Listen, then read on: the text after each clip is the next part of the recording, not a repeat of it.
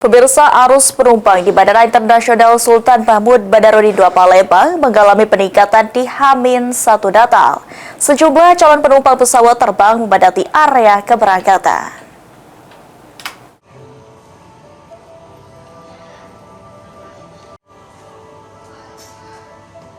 Berdasarkan pantauan PAL TV, memasuki H-1 perayaan Natal, aktivitas penumpang di Bandara Internasional Sultan Mahmud Badarudin II Palembang terus meningkat.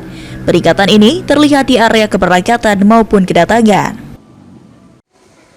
Mayoritas penumpang melakukan perjalanan untuk merayakan Natal bersama keluarga di kampung halaman, serta memanfaatkan momen libur panjang akhir tahun.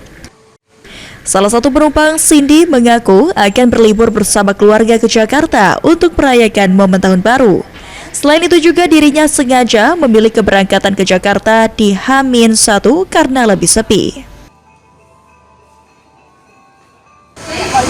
Mbak, ini Mbak, kenapa milihnya di H-1 dekat Natal, Mbak? Karena kalau besok kayaknya rame, jadi sehari sebelum Natal baru. Itu rencananya di sana berapa hari, Mbak?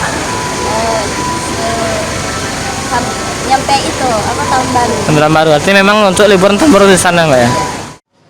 Sementara itu, penumpang lainnya Hanif mengatakan akan berangkat ke Batam untuk kembali bekerja setelah menikmati masa cuti akhir tahun di kota Palembang.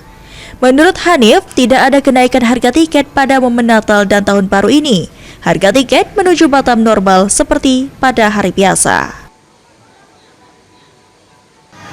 Habis cuti tahunan ya? Habis jatuh, karena kan tahun depan pasti dapat cuti lagi gitu kan, jadi ngabiskan cuti yang sekarang dulu. Oh siap. Untuk harga tiketnya sendiri Kak, ada perbedaan nggak Kak? Kalau untuk harga tiket kan saya memang ngecek dari seminggu yang lewat lah gitu, cuma memang 3 hari yang lalu baru putus untuk beli tiket, dan memang nggak kate perubahan harga yang signifikan ya, paling naik turunnya puluhan ribu lah.